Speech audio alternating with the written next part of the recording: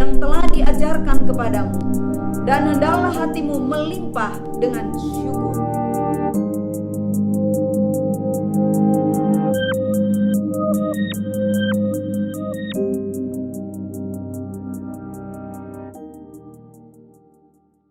Shalom Bapak Ibu yang dikasihi oleh Tuhan Yesus Kristus. Saat ini kita akan mempersiapkan diri kita untuk menerima kebenaran firman Tuhan. Sebelum kita akan membaca, merenungkan firman Tuhan hari ini, mari bersama-sama kita satu di dalam doa. Tuhan Yesus, terima kasih, kami sungguh mengucap syukur kepadamu untuk kebaikan Tuhan yang Tuhan berikan buat kami sampai hari ini. Tuhan memberikan kami kekuatan, memberikan kami kesehatan. Ada kesempatan buat kami untuk kami beribadah kepada Tuhan. Kami boleh memuji Tuhan, mengagungkan nama Tuhan Yesus. Saatnya kami mau baca firman Tuhan, kami mau merenungkan firman Tuhan. Kiranya firman Tuhan yang kami bahas hari ini sungguh-sungguh boleh jadi kekuatan di dalam kehidupan kami dan memberkati kami sekalian. Tuhan memberkati hamba-Mu yang akan menyampaikan kebenaran firman Tuhan.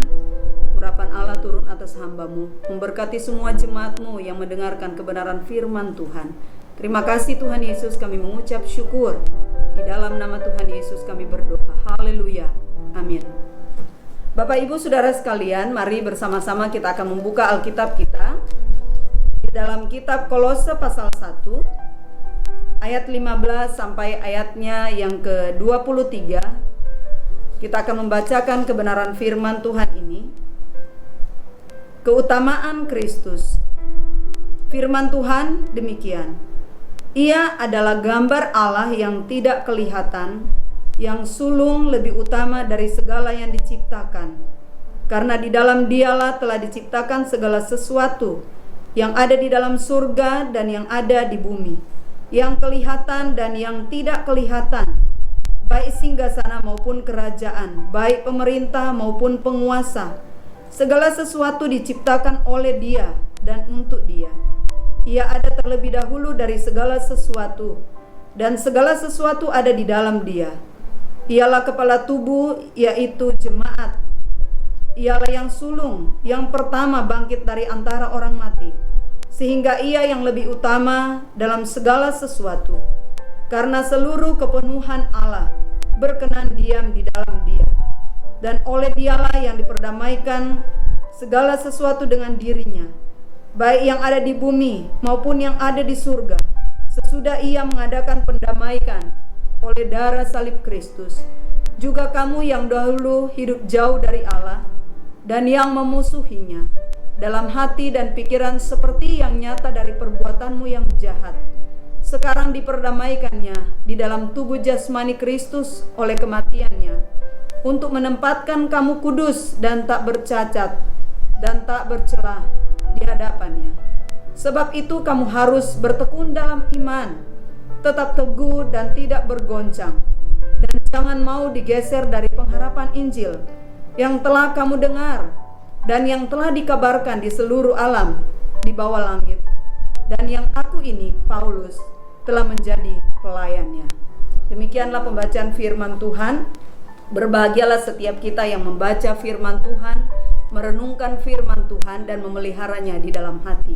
Bapak Ibu Saudara yang kekasih dalam Tuhan Yesus Kristus, hari ini kita akan membahas kebenaran firman Tuhan yang saya akan memberikan judul, memberikan tema tentang milikilah pengharapan di dalam Tuhan. Hope in God. Mengapa manusia harus memiliki pengharapan? Kepada siapa manusia harus berharap sepenuhnya? Hari-hari ini yang kita jalani, ada banyak hal yang membuat kita putus asa, yang membuat kita kecewa, yang membuat kita khawatir mungkin dalam hidup ini. Tetapi kebenaran firman Tuhan pada hari ini memberikan semangat kepada saya dan saudara untuk kita tetap memiliki pengharapan di dalam Tuhan. Rasul Paulus mengajak semua orang Kristen untuk tetap terus bertekun dalam iman, tetap teguh dan tidak bergoncang, dan jangan mau bergeser pada pengharapan Injil. Mengapa? Dalam kitab Roma 1 ayat yang ke-16 dikatakan firman Tuhan, Sebab aku mempunyai keyakinan yang kokoh dalam Injil, karena Injil adalah kekuatan Allah yang menyelamatkan setiap orang percaya.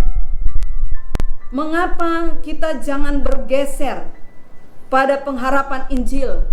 Mengapa kita harus memiliki iman yang teguh dan tidak bergoncang?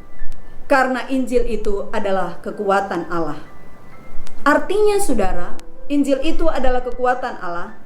Mengikut Tuhan harus disertai dengan ketekunan, disertai dengan kesungguhan hati, dan memiliki pengharapan yang benar di dalam Tuhan. Amin. Bapak Ibu Saudara yang dikasih oleh Tuhan, iman seseorang itu akan teguh jika didasarkan pada pengharapan yang benar, pengharapan kita di dalam Kristus. Kalau kita memiliki pengharapan yang teguh di dalam Kristus, maka kehidupan rohani kita, spiritual kita akan tetap kokoh dan pasti akan berdampak bagi banyak orang. Pasti akan menjadi berkat buat banyak orang. Ada banyak hal yang kadang-kadang mempengaruhi akan kehidupan kita untuk kita berpengharapan tentang ajaran agama, tentang ilmu pengetahuan dan lain-lain. Kelihatannya menjanjikan buat kita sebagai manusia, tapi akan dapat menjebak kita kepada pengharapan yang sia-sia. Karena pengharapan seperti itu membuat kebanyakan manusia hanya mengandalkan sesuatu yang dianggap dapat menjadi sandarannya. Tetapi kebenaran firman Tuhan pada hari ini mengajak saya dan saudara, mengajak Bapak Ibu Saudara sekalian untuk kita tetap berpengharapan di dalam Kristus. Iman kita tetap kokoh di dalam Kristus. Injil mengajarkan pengharapan yang pasti dalam segala aspek kehidupan kekristenan. Saudara-saudara yang kekasih dalam Tuhan Yesus Kristus, ajakan Paulus untuk tidak bergeser dari pengharapan yang dimiliki oleh orang Kristen sebagai murid Kristus adalah kita patut mengikuti teladan daripada Paulus sendiri. Dalam perjalanan imannya, kita melihat bagaimana kehidupan Paulus dalam mengiring dan melayani Tuhan. Ada banyak tantangan yang dia alami, ada banyak persoalan yang diperhadapkan dalam kehidupan Paulus. Tetapi dia tetap setia kepada Tuhan, dia tetap maju dalam mengiring Tuhan dan melayani pekerjaan Tuhan. Sampai pada akhirnya, sampai pada garis finish, Rasul Paulus melakukan pekerjaan pelayanan dengan baik. Karena Injil, karena memiliki pengharapan yang benar, yaitu pengharapan akan Injil Kristus. Saudara-saudara yang kekasih dalam Tuhan Yesus Kristus, teladan Paulus dalam mencapai garis akhir, teladan Paulus dalam mencapai garis finish. Ada 3 hal di sini yang perlu kita lihat. Ada 3 berkat yang akan saya sampaikan hari ini kepada kita sekalian. Yaitu yang pertama, bertumbuh dalam kebenaran. Kalau kita melihat Kolose pasal 2 ayat 6 dan ayat yang ke-7, firman Tuhan berkata, "Kamu telah menerima Kristus Yesus Tuhan kita. Karena itu hendaklah hidupmu tetap di dalam Dia. Hendaklah kamu berakar di dalam Dia dan dibangun di atas Dia. Hendaklah kamu bertambah teguh dalam iman yang telah diajarkan kepadamu, dan hendaklah hatimu melimpah dengan syukur." Kepenuhan hidup dalam Kristus. Jadi yang pertama di sini saudara, yang perlu kita teladani dari Paulus dalam mencapai garis akhir, dalam mencapai garis finish, yaitu bertumbuh di dalam kebenaran. Rasul Paulus menyadari bahwa janji Allah adalah ya dan amin. Janji Kristus, janji Yesus adalah ya dan amin. Bukanlah isapan jempol seperti janji manusia, melainkan suatu kepastian. Jadi di dalam Kristus ada janji yang pasti, ya dan amin.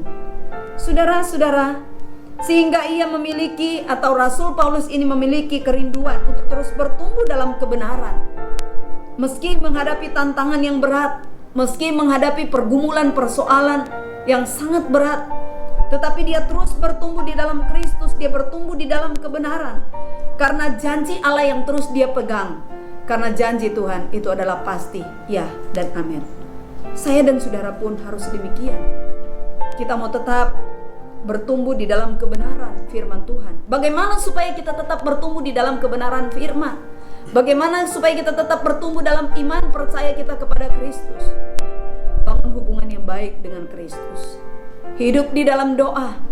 Tetap membaca dan merenungkan firman Tuhan setiap saat. Tetap arahkan pandangan kita kepada Kristus. Sekalipun di tengah-tengah kesulitan, sekalipun di tengah-tengah persoalan, di tengah-tengah pergumulan yang kita alami. Apalagi hari-hari ini yang kita alami. Mungkin membuat kita tidak enak, membuat kita tidak nyaman. Ada kekhawatiran di dalam diri kita, ada ketakutan yang menyelimuti akan kehidupan kita. Tetapi percaya saudara, ketika kita punya pengharapan di dalam Tuhan, janji firman Tuhan, janji Kristus adalah ya dan amin. Memberikan kekuatan, memberikan damai sejahtera, memberikan ketenangan di dalam kehidupan kita sebagai orang yang percaya kepada Tuhan. Saudara-saudara yang kekasih dalam Tuhan, kita melihat di sini hal yang kedua yang perlu kita teladani daripada Paulus sampai dia mencapai garis akhir, sampai dia mencapai garis finish dalam mengiring Tuhan, melayani Tuhan sekalipun ada banyak tantangan, ada banyak pergumulan yang dialami, yaitu berbuah dalam kebenaran, berbuah dalam perbuatan. Berbuah dalam perbuatan. Kalau kita membaca di dalam kitab Galatia pasal 5, kitab Galatia pasal 5 ayat yang ke-22 sampai 23 tentang buah-buah roh. Di sana firman Tuhan berkata, buah roh ialah kasih, sukacita, damai sejahtera, kesabaran, kemurahan, kebaikan, kesetiaan, kelemah lembutan, dan penguasaan diri. Ada 9 buah roh. Saudara-saudara yang kekasih dalam Tuhan, bagaimana supaya kita berbuah di dalam perbuatan kita? Ada buah-buah roh yang menguasai akan kehidupan kita. Sekali lagi, mari kita menjalin hubungan yang akrab lagi dengan Kristus. Kita menjalin hubungan yang lebih lagi dengan Kristus. Pengharapan yang benar dibuktikan dengan kehendak hatinya yang kuat untuk hidup benar di hadapan Tuhan. Sekali lagi saudara, pengharapan yang benar dibuktikan dengan kehendak hatinya yang sangat kuat untuk kita hidup benar di hadapan Tuhan, sehingga kita akan memperlihatkan buah-buah roh di dalam dirinya. Kita akan memperlihatkan buah-buah roh itu ada di dalam diri kita, dan kita jadi berkat buat banyak orang. Kita akan jadi terang buat banyak orang. Saudara yang ketiga, di sini saya melihat kebenaran firman Tuhan. Kita mengikuti teladan Paulus sampai mencapai garis akhir, sampai mencapai garis finish dalam mengiring dan melayani Tuhan, yaitu tetap bertahan dalam iman. Tetap bertahan dalam iman. Iman kepada siapa? Iman kepada Yesus Kristus. Yakobus pasal 1 ayat yang ke-12. Firman Tuhan berkata, berbahagialah orang yang bertahan dalam pencobaan. Apabila ia sudah tahan uji, ia akan menerima mahkota kehidupan yang dijanjikan Allah kepada barang siapa yang mengasihi Dia. Yang ketiga di sini saya katakan bertahan dalam iman. Pengharapan orang percaya akan dapat berdampak dan mempengaruhi kehidupannya, hidupnya untuk tetap setia sampai akhir. Saudara, kekristenan sejati diukur dari kesetiaannya hingga akhir di dalam mengiring dan melayani Tuhan, dengan tetap menjaga hati, hidup yang takut akan Tuhan, tetap menjaga hati di hadapan Tuhan, hidup kita berpaut kepada Tuhan. Saudara, apakah dengan pergumulan, persoalan yang kita alami, tantangan, kesulitan hari-hari ini yang kita alami, membuat kita takut, membuat kita cemas sehingga kita undur daripada Tuhan, sehingga iman kita menjadi lemah? Percaya saudara, bahwa ketika kita menaruh pengharapan kita sungguh-sungguh di dalam Tuhan, ketika kita menaruh pengharapan kita sungguh-sungguh di dalam Kristus, janji firman Tuhan, Dia akan menyertai saya dan saudara. Dia akan tetap menjaga kehidupan kita. Dia akan tetap memelihara kehidupan kita. Mari saudara, tetap memiliki iman yang teguh di dalam Tuhan. Bertahan sampai akhir. Tetap bertahan dalam iman percaya kita kepada Yesus Kristus. Jangan sampai iman kita digoncangkan oleh pergumulan, oleh kesulitan yang kita alami hari-hari ini. Apa yang membuat kita takut saat ini? Apa yang membuat kita cemas saat ini? Ini yang jadi pertanyaan buat kita. Apa yang membuat kita khawatir saat-saat ini sehingga kita tidak memiliki damai sejahtera? Sehingga kita tidak tenang di dalam kehidupan kita menjalani hari-hari kita. Mari saudara, serahkan semuanya kepada Yesus. Percaya bahwa hanya Yesus yang sanggup tolong kita, tidak ada yang lain. Tidak ada alasan buat saya dan saudara untuk kita mengeluh dan mengeluh di hadapan Tuhan. Apakah ketika kita mengeluh di hadapan Tuhan akan ada jalan keluar dari setiap persoalan yang kita alami? Apakah ketika kita mengeluh dan mengeluh di hadapan Tuhan bahwa sakit penyakit akan langsung disembuhkan oleh Tuhan? Apakah yang kita alami saat-saat ini, kita takut dengan virus? Ya, apakah virus itu akan secepatnya langsung hilang ketika kita mengeluh? Tidak, Bapak Ibu. Percayakan kehidupan kita sungguh-sungguh kepada Kristus. Serahkan setiap beban, serahkan setiap pergumulan dan persoalan kita kepada Kristus. Karena hanya Yesus yang sanggup tolong kita. Hanya Yesus yang sanggup memelihara hidup saya dan saudara.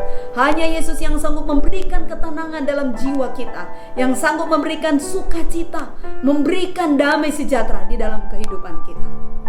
Tidak ada alasan buat kita tidak bersyukur kepada Tuhan. Karena hari-hari yang kita lewati, Tuhan sudah menyertai kita, Tuhan sudah menolong kita. Terbukti sampai hari ini kita masih diberikan kekuatan, diberikan kesehatan, diberikan nafas hidup oleh Tuhan. Kita masih bisa berkumpul dengan saudara-saudara kita, dengan keluarga-keluarga kita. Tetaplah bersyukur kepada Tuhan, karena memang Tuhan Yesus itu sungguh baik di dalam kehidupan kita.